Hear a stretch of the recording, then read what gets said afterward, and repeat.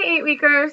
We are headed into week 5, and I have got some things to talk about with you today. Obviously, I'll go over the posts and the challenge and all of that at the end. But first, I want to talk about two important things that they're sort of relevant at this point. They're actually relevant all the way through the challenge, but start to be a little bit more prevalent at this point. And I wanted to just give you some information. And the first thing we're going to talk about is the process in which shopping, cooking, meal planning, etc. gets easier, cheaper, less time consuming, so forth. And then I want to talk to you a little bit about why the people in your life don't support you. And we have a little buddy to be in our video with us today. So, he matched my shirt, which was an accident, actually.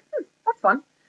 So the first thing I want to talk to you guys about is this is your first week cooking at home, and a lot of you haven't purchased that many groceries in a long time. And you did not know where to start. You didn't know what to cook. There's these theories about the outside of the aisles, and we talked a little bit about how to make a meal plan and things like that. But it can be such a daunting task and take up so much of your time that it's extremely difficult to see this as like something you could do forever. It's like, okay, yeah, right. Like I'm never going to spend that much time. And what a lot of people may or may not know is that it takes me about 30 minutes to get in and out of Costco. It's very good. I then go to Sprouts afterwards for the things they don't sell at Costco, like the bulk quinoa, the bulk oats for those Body Beast thing that he does, and the bulk cashews and things like that.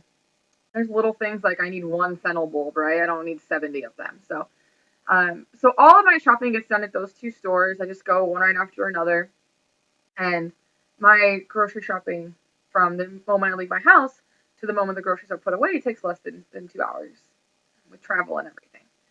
And my food prep has pretty much, I would say, with cooking all of Snow's food, like his turkey chili and his fajitas and all these things that we cook in advance for him, because he's definitely an on-the-go sort of person, school and work.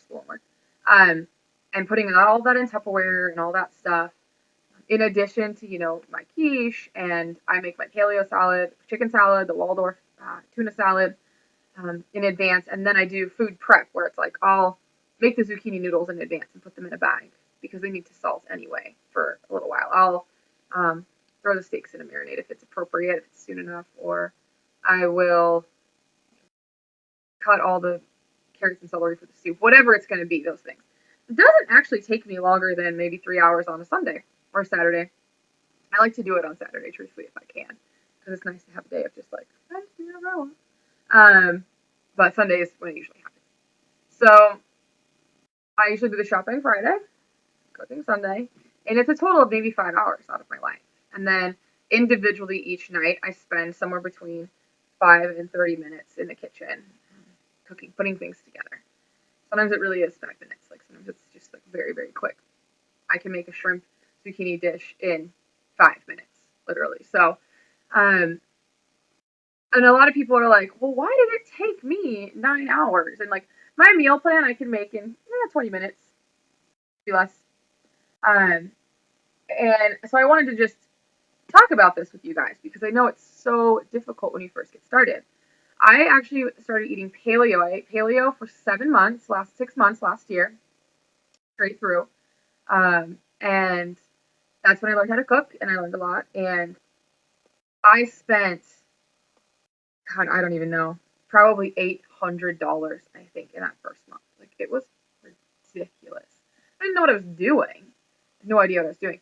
And I probably threw away a lot of food, ended up with extras of things. I burnt a lot of food. That's not the point.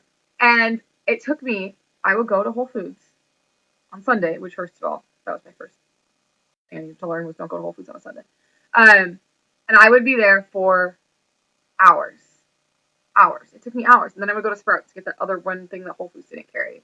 And it was a whole day thing. I would get up at 9 and work out, because Monday's my rest day, usually not Sunday. And I would spend the whole entire day. Then I would get home at noon, 1 o'clock, and then I would cook all the way through, and it would take me until it was dark. And it was like a day of slaving. It was crazy. So not only was it extremely time consuming, but very expensive. And then meal planning was difficult because I didn't really have a template, and I was just trying to figure out, like, print this recipe here and print that recipe there, and try to make shopping lists from it. It's all very time consuming. So I'm feeling your pain right now. I'm feeling, I understand. And it was like that for the first month. It got a little better in February, and then March is when it really started to come together because I had all of those condiments. I knew what all those vegetables were, and I had a lot of favorite recipes, and I knew, well, I'm going to do chicken, and I'm going to get chicken in bulk and that. And then I figured out, what they do sell at Costco and things like that. So what I want to tell you guys is some things to do to make it a little easier for yourself going forward. So for meal planning, I would make a template. Many of you did your meal plans on paper. That's awesome. What I would recommend that you do is have some standards that you eat all the time that never change, and put them on a calendar version, like on the computer in a Word document or something. Print that out as your template and fill that in with your pen and your pretty colors, because you've now saved yourself from writing all of your snacks. Maybe you have Shakeology every morning for your snack, and it's not, you don't need to write Shakeology, get a cute little color every day if it's part of your template. If you're working in some sort of Excel or an application, same thing. Learn the copy and paste function. Get some basics. Repeat meals. In order to avoid getting bored, I eat something different for dinner every night, and I try new recipes every single week. But you guys see, my meal plan is the same. Like, I make the lunches, I eat the lunches. That's what we're having for breakfast. This is just food. It doesn't matter, right? But if I want to have an experience, then I have that experience at night, and that's where I get to cook and try and all the flavors and everything, and it all comes together, and I really enjoy that. But 4 out of the 6 meals I eat in a day are the same every day, all the time, and it's things that I've discovered keep really well or taste really well as leftovers, or I just really like, and they're easy to make. Whatever it is, have some repeats and build yourself a template so that only thing you have to do is figure out what you're having for like dinner and that one snack. Maybe change the vegetable here and there because that's not what's in season right now. Things like that. So have a template that will make it much, much, much faster. I made a meal plan. I think it literally took me it couldn't have been more than 3-4 minutes the other day for the week. So, and then it's done like that. Print it out, get it on the fridge, whatever you're doing, however you're doing it, and then have it solidified. So that's the meal planning part. Shopping. I recommend that you get familiar with what condiments, seasonings, spices, etc. you like on your food, because then you will just keep making stuff that have those. I put lemon pepper on everything. There's red chili peppers in almost all of my recipes. You'll find that that's a real go-to for me. I use coconut aminos on everything. Everything gives it that little flavor. Find the things that you really like, and then find places to get those cheaper. You can buy coconut aminos at Whole Foods for like $10, or you can get it on Amazon, and if you have Amazon Prime, they will ship it to you for free. Like, they also sell it at Sprouts for $6. There's other places to get things. So if you're like, you know what, I do not want to pay $10 every 3 weeks for this, what's essentially soy sauce, without the soy, and there's got to be a better way, find a better way. I get my coconut oil on Amazon too. I buy a lot of stuff at Sprouts that I used to buy at Whole Foods because it's so much cheaper. If there's a bulk situation and you're like, yeah, it'd be really a lot cheaper if I could buy my onions in bulk, but I don't need 90. Is there a friend nearby that needs some onions? Share things. I do that with my best friend. We share different things when we come up, or we'll find that there's a sale on something. We'll call each other at the store. Hey, this is happening. Do you want me to get it? We'll split it, whatever. So find ways to be economical with the things that you're going to use on a regular basis. So just pay attention to that, because those are the things that are going to cost you the most. Now, as far as seasonings and spices, I recommend that you buy them in bulk. Almost everywhere you can put them in, like the Whole Foods, Trader Joe's, Sprouts. There's different spices in bulk where you can just put them in like a little plastic bag, and it's like 8 cents instead of paying $6.99 for that bottle of that spice. So it's really important that you pay attention, because this is going to be a long-term thing. So if you bought a thing of red chili pepper and it's in a container, just keep filling it up. You don't have to go buy a new one every single time, because it's the glass in the jar is what you're paying for. Spices aren't that expensive. Also, if it calls for an eighth of a teaspoon of arrowroot, well, you don't need a whole bunch of arrowroot. One, decide if it's all that important. Google it. Are there substitutions for arrowroot? I don't know if there are. I think there would be. Can you cook without it? Ask Google. Is this going to make a big deal in my recipe? Or can you get it in bulk? Be mindful of what you're spending money on that doesn't need to be spent. So that's just some of the money saving stuff. I do recommend, like I told you guys before, buying in bulk things are on sale.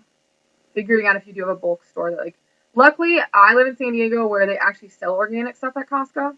They sell organic beef, chicken, and wild caught fish, wild caught shrimp, and wild caught tuna, which is, I don't know that that's something that exists everywhere, but I figured that out and that was really, really beneficial for me. I was like, oh, okay, cool.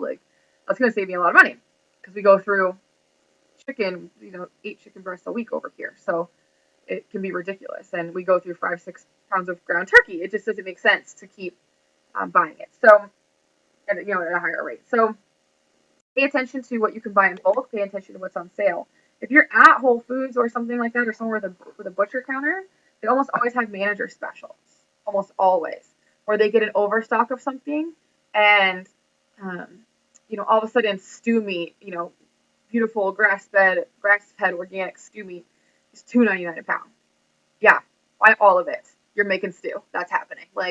And push one of your other meals out, or make the stew and freeze it, or freeze the meat and make the stew next week. Whatever it is, because there's a lot of ways to save money doing that. I do buy things in bulk and freeze them. You can freeze almost all vegetables and fruits, and they stay usable. You can freeze avocados. I get the onions from Costco, and we just cut them all. Whatever's not, used in food prep that weekend. Cut all of them, freeze them. And then you guys saw how quick it is. Just grab a handful and do it. Obviously, if you need fresh onions for things, then you leave one onion out. I leave my red onion out because it needs to be fresh. But my white onions, yellow onions, they just get cut and they get put in there. I cut all my peppers in advance. I buy the peppers when they're on sale or when they're Costco has them 6 in a bag. Sometimes they're pretty cheap. Avocados I mentioned, celery, carrots. I mean, you can everything. You can freeze everything. There are a few things you can't freeze, or if you do freeze, you can't use for the same thing. If you freeze your spinach, you're not gonna have a fresh spinach salad, right? You're gonna cook with it. That's fine. So don't throw your food away. If it's about to go bad, freeze it. Or if you see a really good sale on something, buy it, freeze it. You're not gonna buy onions for a month and a half. So that's one big way that I save money is I freeze everything. I make sure you use good freezer bags though. Don't just get the crappy dollar store Ziploc bags. You're gonna want to use freezer bags so they stay good. Don't skimp in that area because that would be waste, right? So, and then finally, as far as as long as it takes to shop, what I recommend is figure out where you want to shop and just keep shopping there. Shop there, shop there, and shop there. Because you're going to learn where everything is.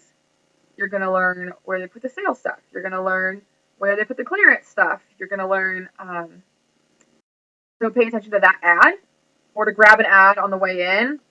You're going to learn where they keep the coupons, and you're going to get to know the butcher or the deli person, and they're going to know you, and they're going to be like, hey, I held this for you. And oh, I had this, that we're having the special on this. They're going to tell you more things. Or, hey, if you wait till Wednesday, such and such, make connections. You're going to learn the store, you're going to make connections, and you will save so much time and money just by knowing your store. So I recommend trying a couple places to see what they have, and then sticking to the store, and learning it and making connections there. It's really, really good. Pay attention to the bottom of the aisle and top of the aisle when you're looking for things like coconut milk, because they have the Thai brand coconut milk is right here, and it's $2.29 a can. But that's ridiculous because coconut milk is not $2.29 a can. If you look at the bottom, they have Sprouts brand, they have Whole Foods brand on the bottom shelf every single time on the bottom shelf, and it's it could be anywhere from $1.29 to $1.99 a can, and sometimes they do 4 for $5 and things like that. But just look down, right? And so people do say just stay in the perimeter. Well, that's not necessarily true because you're going to need things that are inside. You're going to need to get broths or whatever. So those are my basic tips, because I now spend maybe, even if I go to Costco twice in a month, I don't spend more than, it would be like $400, maybe, maybe. But I rarely do Costco twice in a month. Like it rotates like every 3 weeks, and it's usually around 175, and that will last. And then I do Sprouts like weekly, and those trips are 20, $30, whatever. I mean, like if I was getting totally crazy and just like shopping like a crazy person, maybe $400, but usually more like three. And again, like I told you guys, I think we spent like $800. Like I was like, this is never gonna work. And now I do my shopping on one day, my cooking on another. It feels much less like a chore, and it's 5 hours versus 12. But I had to make it a habit and learn. It's just like your fitness. So it's really important that you pay attention to all the different ways that you can save yourself time and money in this process, because the harder you make this, the less likely it is going to stick. So I recommend you pay attention to these things as you're going through the process, get better at it, make it part of your life. It'll be just like learning your fitness or learning anything really, that becomes habit over time. So that's all I have to say on that information. So I will, should I pause it and make it a part one? Yes, I will make it a part one. So I'm going to let you guys go on this video. And this video will be all about uh, life getting easier with shopping and the cost and meal planning and all of that. And then part two will be the challenge and my other thoughts for today.